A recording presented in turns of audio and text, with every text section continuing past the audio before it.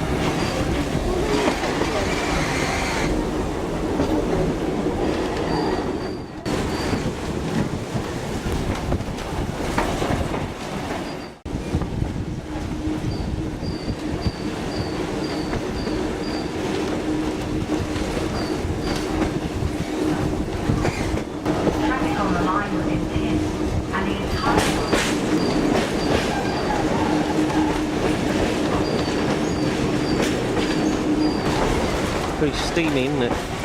Pardon? Very steamy. Look at that butterfly up there.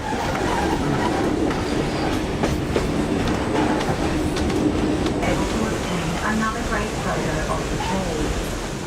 Delightful surroundings, good food, and best of all. I don't know what time.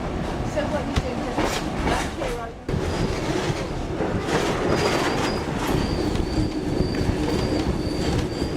To dig away the cuttings. However, the rock face was unstable, and as the men made progress, the slope would slip and work would be lost.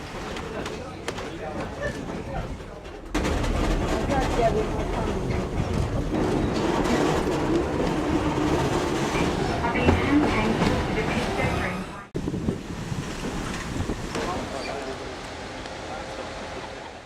Oh, no, but it's fun down there. I did take that, Grace. Great.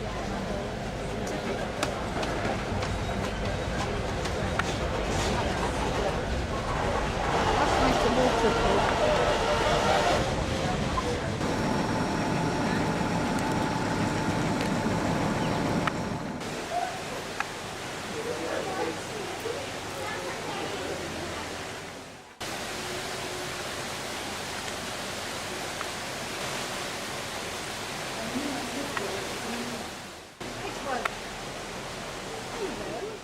There's the males because girl thing's being in charge of the next generation. These are on North Australian top of the butterfly, so the ones you see here is the outside as well. Now with the beautiful blue unicorns, I think that's the one everybody comes to see. The males at the top, the females just the dark black and brown. If you have a look in the apex, it's directly what eggs up there. It doesn't matter what is up in their caterpillars. They lay her egg inside each one of these, and the wasp lasts any longer than they will get parasitised. Orange lacewing eggs here. When an orange lacewing lays her eggs, and we've estimated they can eat up to 100 metres of this plant each week. Got it. Back on the shoe again. Just underneath you see the big black butterfly, the green one. Now remember how I said the warning colour on their body? You can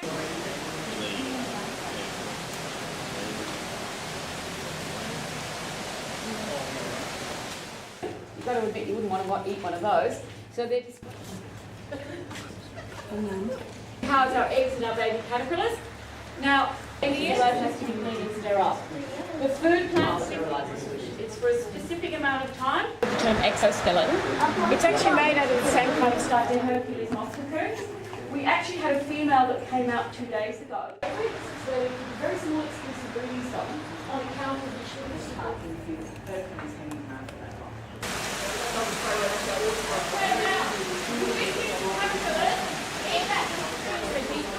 By doing that, they're maintaining the warmth of their flight muscles, the thorax muscles, so anything attacks it all around the fly off. And egg laying is very quick. So my suggestion is you just frame the tree and if they're flooding right side.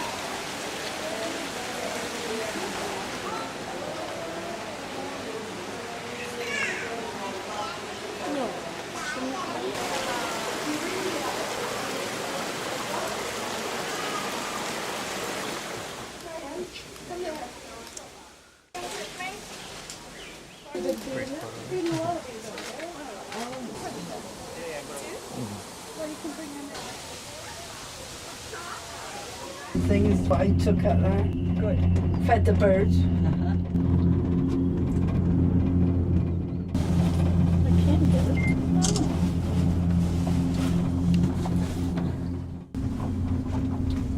When you're looking the rainbow ends, I reckon it ends in this crease 10+4, so we got on with that.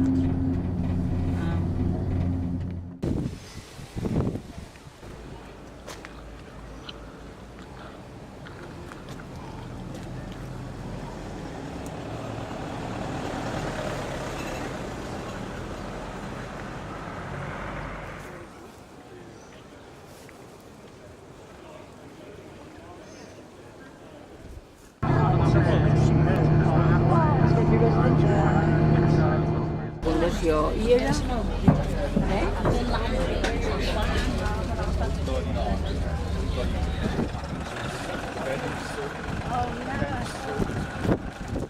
Four coral cays in this area. We're very lucky. We've got Green Island.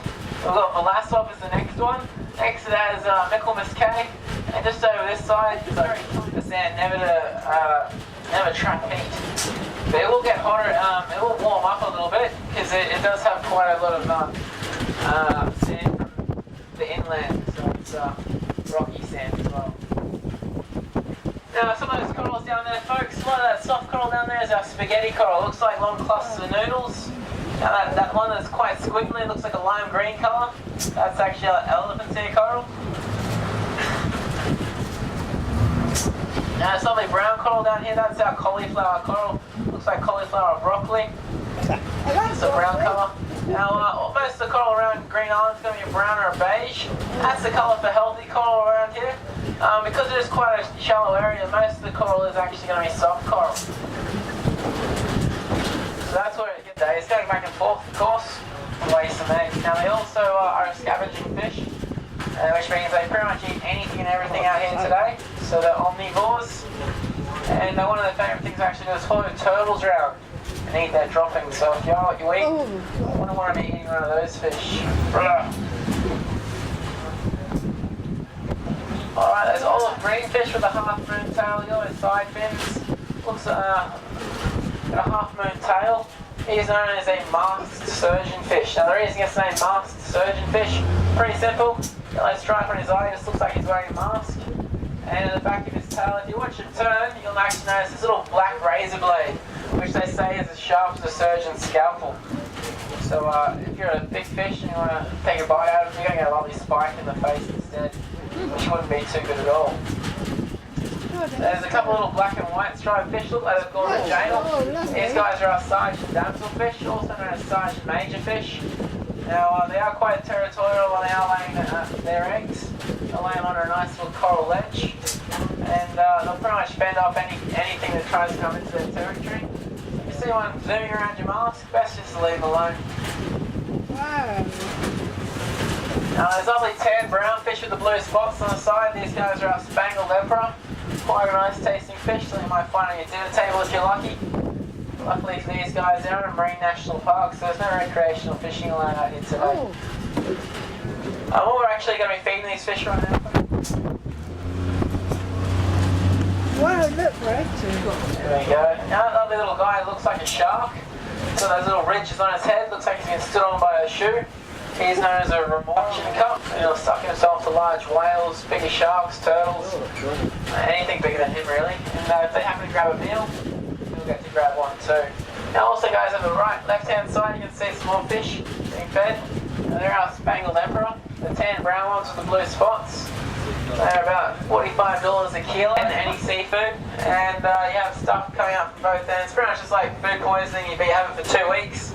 And the funny thing is, it actually messes with your head a little bit. You think hot is cold and cold is hot, and you have no taste whatsoever for a couple of weeks.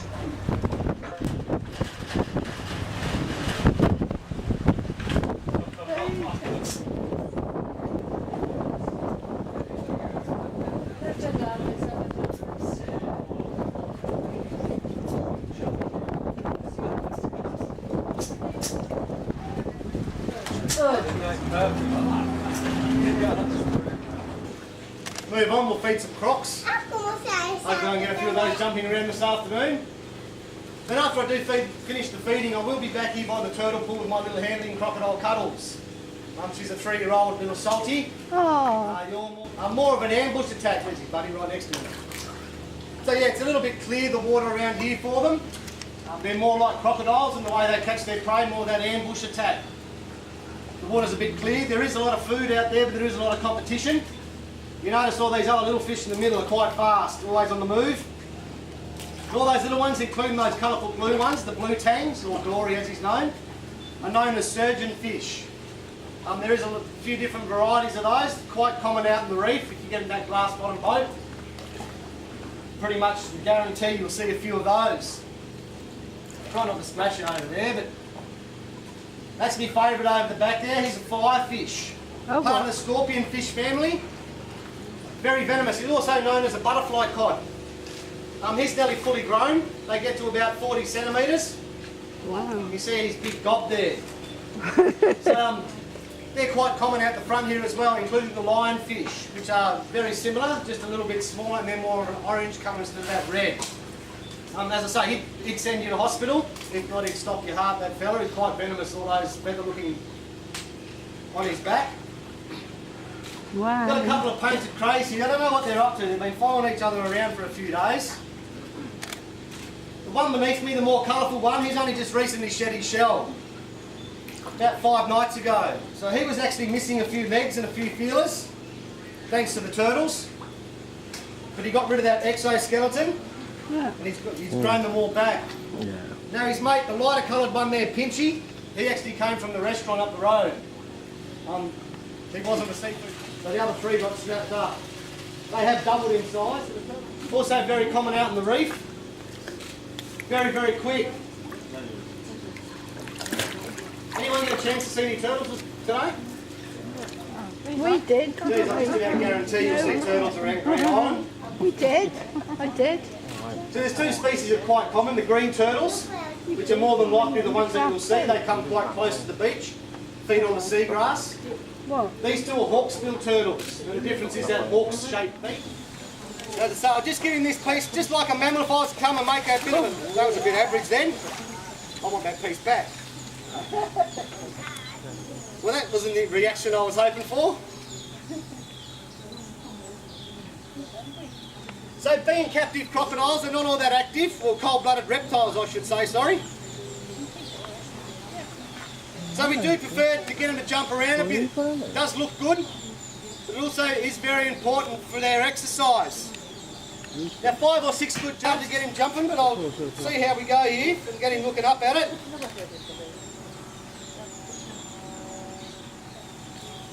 So Trinity here is about 35 years old. He came to us here in 2001. His name is Trinity. He actually came from the Trinity Inlet. It's supposed to be where you all caught the ferry from. He's our youngest breeding male here, and probably our most aggressive and dangerous crocodile. Because of his size, he's about 12 foot in length, very fast, very agile, and very cunning, and very calculated, very, very patient. And he usually knows that I'm the one that puts that food a little bit closer to him. And he does get it the easy way.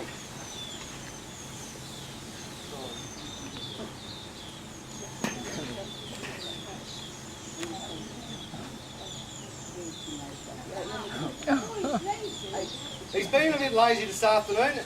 Now, if he's not going to jump around for it, we'll move on to someone else, because they do need that exercise. It does look like I'm teasing him, but it is very, very important to keep our crocodiles in trim shape.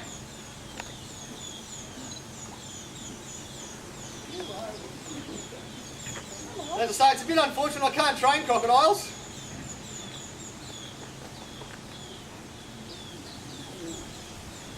So it's really up to him. Now you see how patient they are. Now that's like they do in the wild. They will just wait there for that beast or that animal to come a little bit closer. And they might not even flinch that first time, or even that second time or third.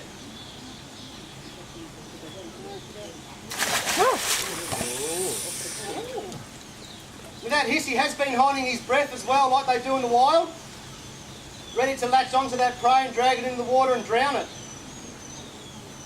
He's been a little bit tricky this afternoon, Trinity. So he's usually rip-roaring ready to go of an afternoon. So they are like a big solar panel. They get most of their energy from the sun. They get a little bit from their food. So it is warmer the day, the more energy they do have to burn. Now he's looking a little bit more promising here. Bear with me, folks. Now it's all about that big tail of his to launch himself out the water. He's been very uncooperative this afternoon. We might even move on to another one if he's not going to play the game.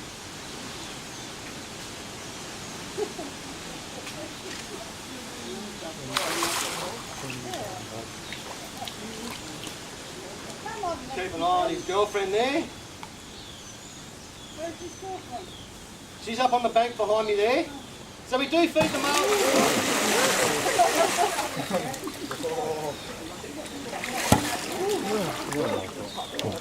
I'll try and get a couple more jumps out of him here. And we'll move on to a bigger croc.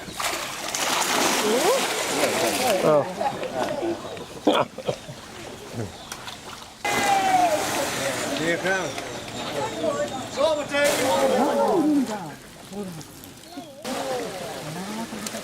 give him that little taste.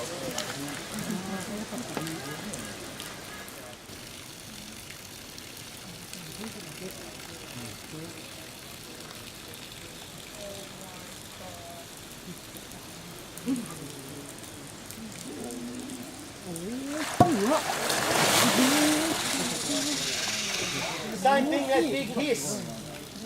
50 or 60 years and let him go in the wild, and he'd have no trouble in surviving whatsoever.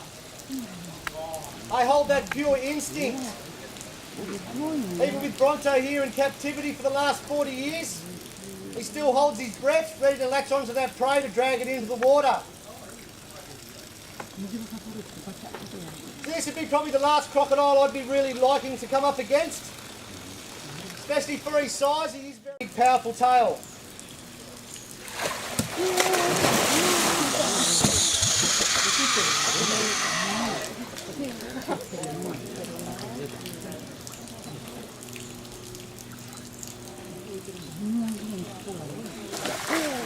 So his girlfriend will probably lay us about 50 or 60 eggs as well.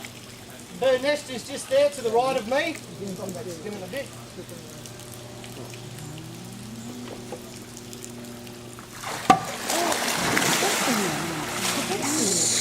They do have the strongest bite force in nature as well. And it is all thanks to that big neck of theirs. Alligators are nowhere near saltwater crocodiles. Alligators are like a big teddy bear. As I say, they still bite you, but not unless. These are killing machines, that's what they're all about. They love killing, they love fighting. So we can have a male can keep his female.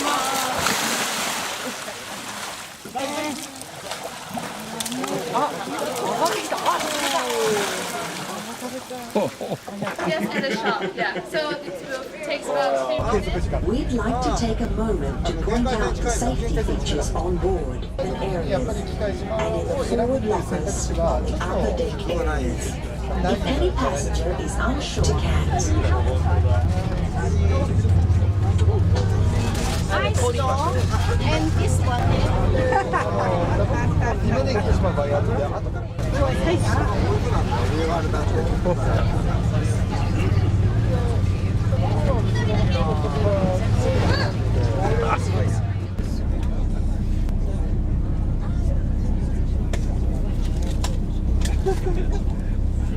Now it's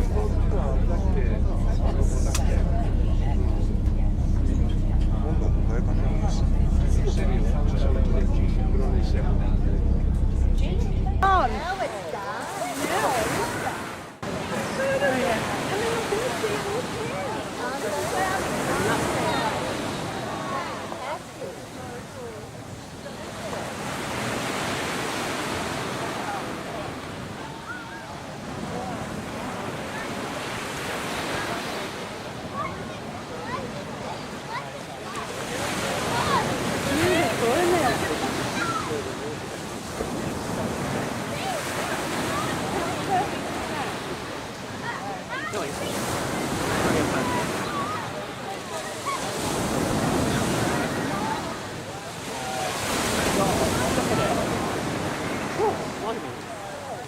That's just absolutely agricultural. Well, it is agricultural.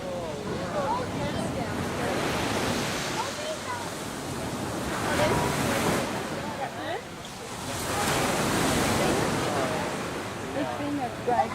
Yeah. Yeah.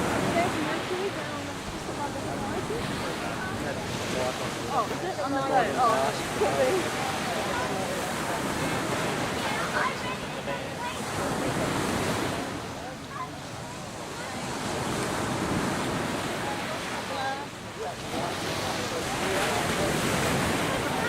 Lovely, yeah, wait. I've got the camcorder on. Oh, sorry.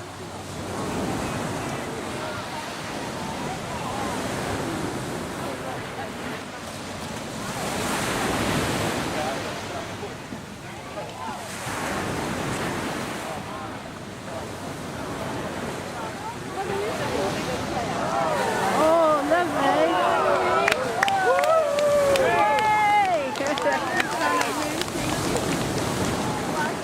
Turn it off. Turn it off, look.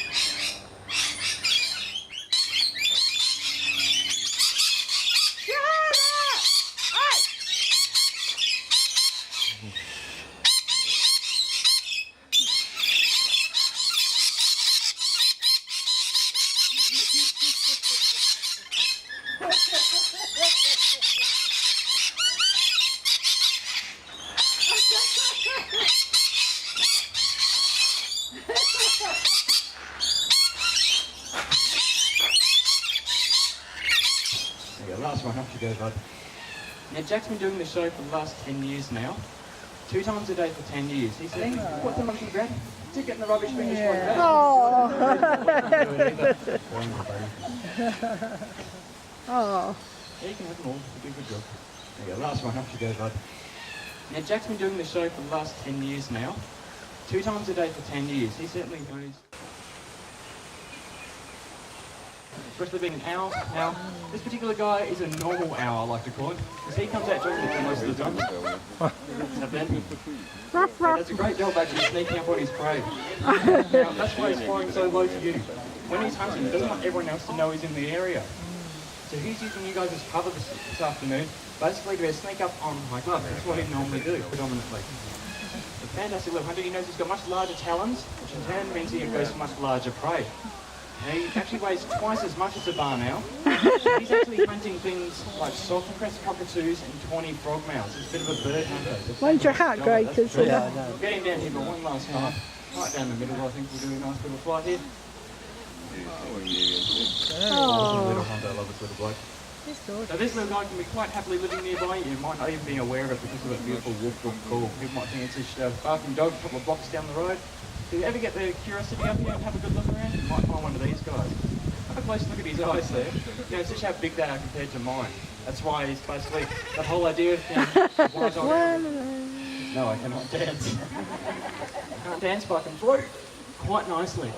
There we go. Lovely. This is Sky, she's our black kite. Absolutely fantastic aerial predator. Now I can Look see her. I can great. talk about her again. Now, you know, she's already had 2 pieces and she keeps on going. That's just how energy efficient she is when she comes to her hunting. Maximises the amount of energy she can get from any one meal and allows her to keep on going. That's why she likes coming out. So we've got a bunch of firebirds moving in. We'll see how we go. See her. Oh no, this must be bird day today. We've got about 3 different species of birds flying in the house. Right, she's doing some food. There you go, there's another one. Wow. Now we've got one last piece, we get a nice high shot of her. Now these birds are really quite smart, like I was starting to talk about how opportunistic they are when it comes to their food. This great. Any sort of easy meal they'll go for, especially bushfires, one of the best sources of food. Again, Here it is. from the church, we've got a nice high shot of her. It's the last piece, here we go. Wow. Just like that, she's perfectly designed for intercepting her food on the wing.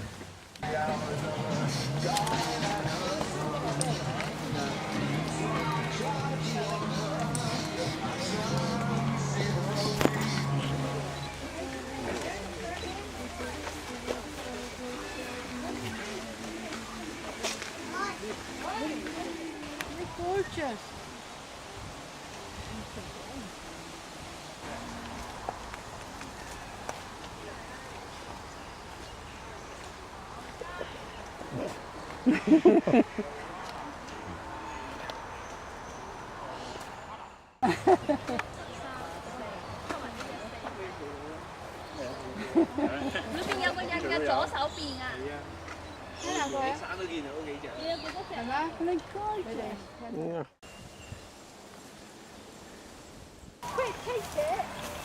There he goes. Ooh. Ooh.